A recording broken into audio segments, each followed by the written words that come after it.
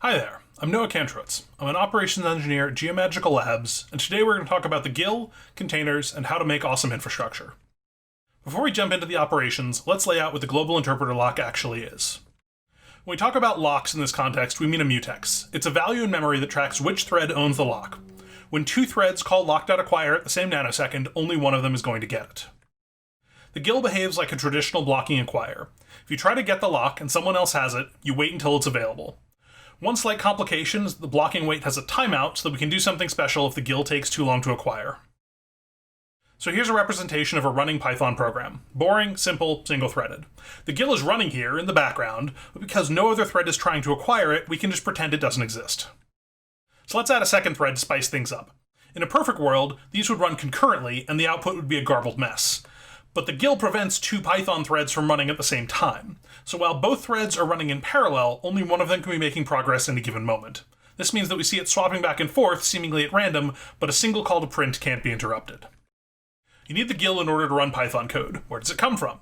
The simplest case is that the main thread starts with the GIL locked when Python loads, otherwise you wouldn't be able to run anything. But what about a different thread that wants to run? It'll need to acquire the GIL. This means blocking until the GIL is available, but there's a special case. After it's been waiting for more than 5 milliseconds, the requesting thread sets a global flag asking nicely for the GIL to be released, and then goes back to waiting. Once you have the GIL, you're running Python code, you eventually have to give it up so that some other threads get a chance to run. Anytime you make a potentially blocking syscall, Python automatically releases the GIL for you and then reacquires it afterwards.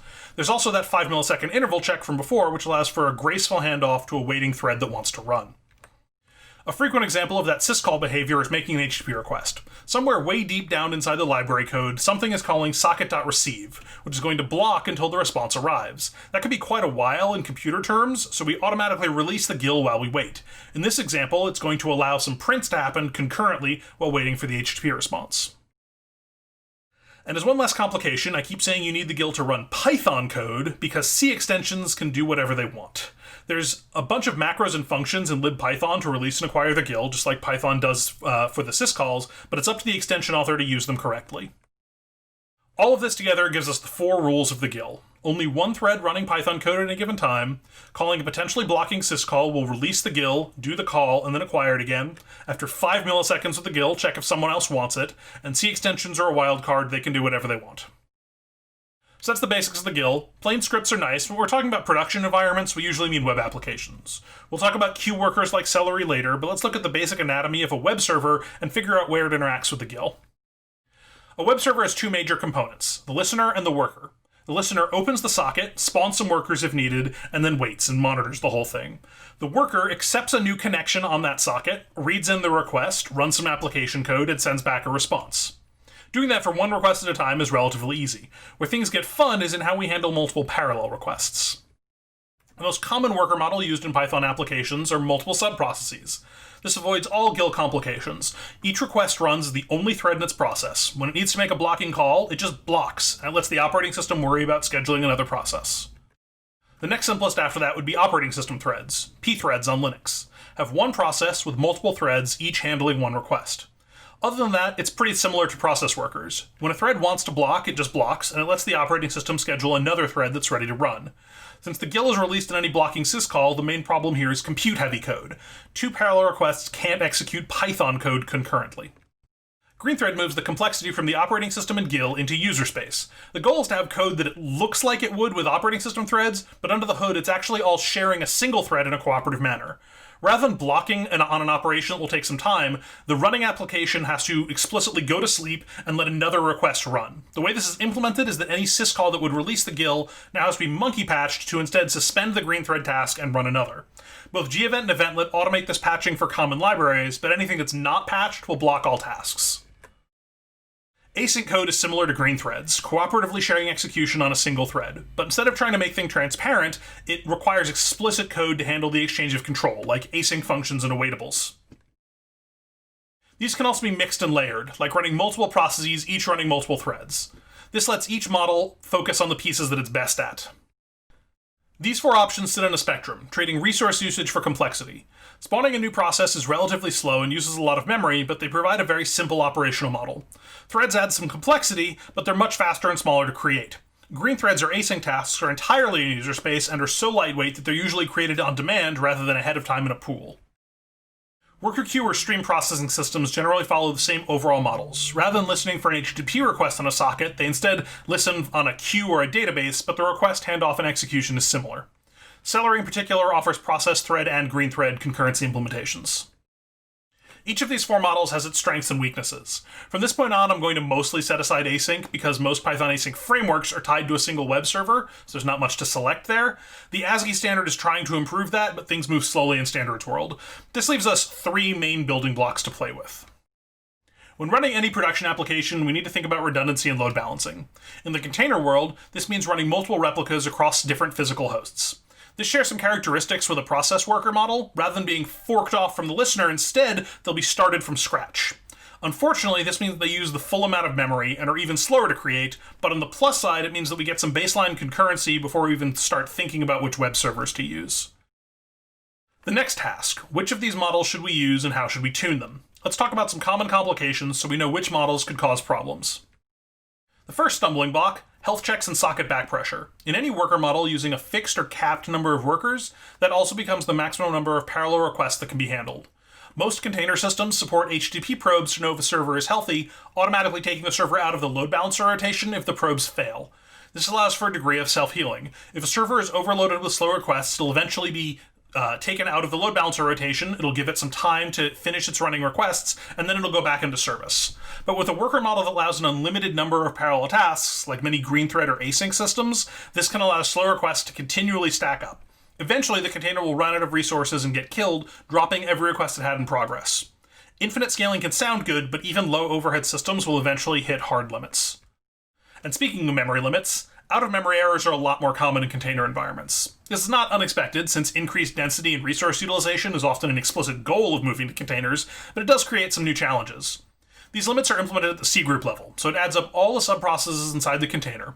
When the limit is hit, the process with the highest usage will be stopped. Most container systems include some form of last restart reason to help track down the source of OM events, but because of how process signaling works in Linux, this can only record when PID 1 inside the container is terminated. If a subprocess gets zapped, that's invisible to the container system, and your web server would have to handle it, and most do not. As a specific example, GUnicore doesn't even log a warning when this happens. If we can keep everything inside a single process in our container, it makes monitoring and administration a whole lot easier. One thing that can bloat the memory usage of process-based servers in particular is the interaction between Linux copy-on-write memory and Python's reference counting. All Python objects have a reference count in their object header, used to track when the garbage collector can get rid of an unused object. When a process forked, everything in memory has to be copied for the new process being created. But Linux is sneaky. Rather than copy them all up front, which would take a long time, it leaves them as a reference to the original. If either the original or new process write to a chunk of memory, that particular chunk will be duplicated so that each copy gets its own. This is great for efficiency, since it means that a forked copy uses a fraction of the memory of the original and can be started a lot faster, but then ref counts kind of mess everything up. Updating the ref counts on all kinds of global objects like classes and modules mean that those pages get written to and they have to be duplicated. Python 3.7 did add a gc.freeze function to lock ref counts, which can be called right before forking and might help with efficiency, but it's relatively new and hasn't been thoroughly battle tested. While it's not specifically tied to containers, Prometheus is especially common in the container world for gathering both system and application metrics. For some complicated architectural reasons, the Prometheus client library exposes each metric being collected as a global variable. All these globals get exposed via an embedded HTTP server hidden in a background thread, and Prometheus scrapes that server to get all of the data into the time series database. This works as expected with threads and with green threads, but a variable can't be shared between subprocesses. Because multiprocess workers are so common in Python, the client library does have some handling for them using mmapped files under the hood, but it's relatively fragile and it's nice to avoid needing. I mentioned a while back that green threads and async code have this fail dangerous risk. This happens when your application code makes a call outside the scope of the green thread or async library. For gthread or eventlet, this would mean calling a blocking function that isn't monkey patched, or for async IO, it would mean calling any non-async blocking function. In either case, the main thread is stuck waiting for that call to finish so that it can resume running tasks. Both of these can be avoided with careful code review, but I say it fails dangerous as opposed to fail safe because it only takes one errant commit to bring your throughput crashing down, and these bugs can be really hard to catch in tests where concurrency isn't a factor. Now I get to put on my opinionated hat. Those 5 issues combined make a strong case for deploying Python applications containers using a single process with thread-based workers. We have multiple replicas for redundancy and concurrency, but this gives us good backpressure behavior, dodges problems with memory limits and efficiency, integrates well with container ecosystem tooling, and limits the effect of concurrency bugs. What's not to love? You might have guessed that this talk was going to be about threading, or the GIL wouldn't have really been an issue, but now that we're full steam ahead for a threaded server, let's think about the kind of code that runs in a modern web app. On the web side, we don't usually have much CPU-intensive code. Almost all of the time in web handlers is going to be spent blocking on a socket, either waiting for a database query response or for some JSON from an HTTP API to come back. The JSON parsing itself can actually be a CPU hotspot, and notably the standard library JSON model does not release the GIL even when you're using the C extension, so keep an eye on that. But overall, the GIL generally has a pretty low impact on web server code. Unfortunately, CPU-bound code is much more common in queue workers, and with good reason.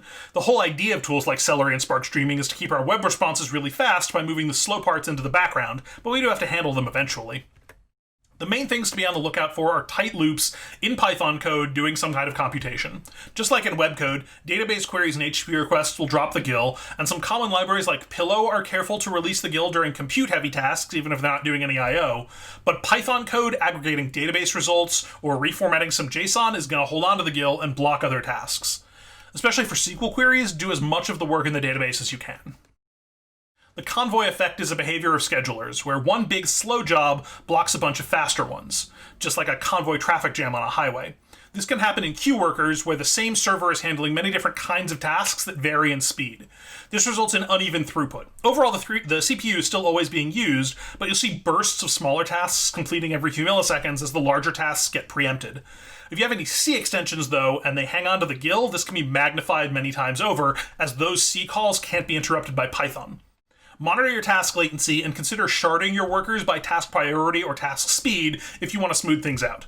This is especially important in real-time streaming systems, where a slow task can also block the listener thread in addition to the other jobs. So that's all a bunch of potential problems. How do we rephrase them into solutions? Our optimal web server will run a single process and a configurable number of worker threads. Finding a web server that fits the bill is surprisingly difficult. While gUnicorn and uWSGI both support thread workers, they use a process supervision system that can't be disabled, so neither provides a true single process server. Some async servers like Hypercorn offer thread-based backwards compatibility with WSGI, but these are complicated to set up if you aren't already using ASGI for other things.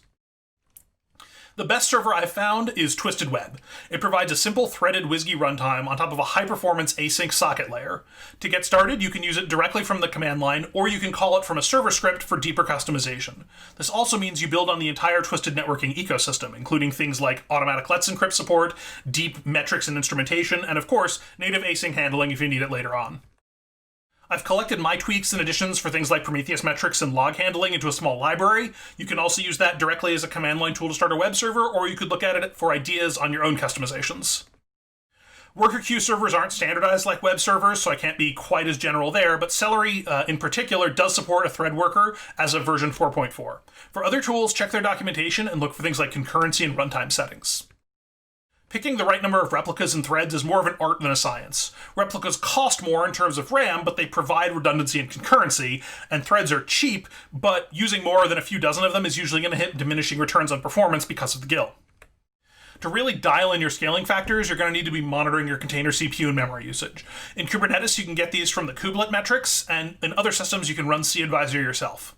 If you see requests start timing out at your load balancer, but your CPU is mostly idle, adding more threads may help. If requests are timing out after reaching your web server, or if your CPU usage is nearing 1 core per container, then you probably want to either add more replicas or optimize your code.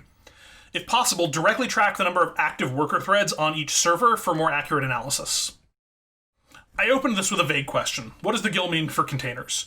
Over the last 20 minutes, hopefully I've convinced you that the answer is not much, you just need to be careful. So to review, today we learned how the GIL works, the 4 main types of worker models in Python, that threaded servers have a lot of benefits, and some patterns for operating applications using threads and containers. And most of all, hopefully we've learned that we don't need to fear the GIL. Thank you very much.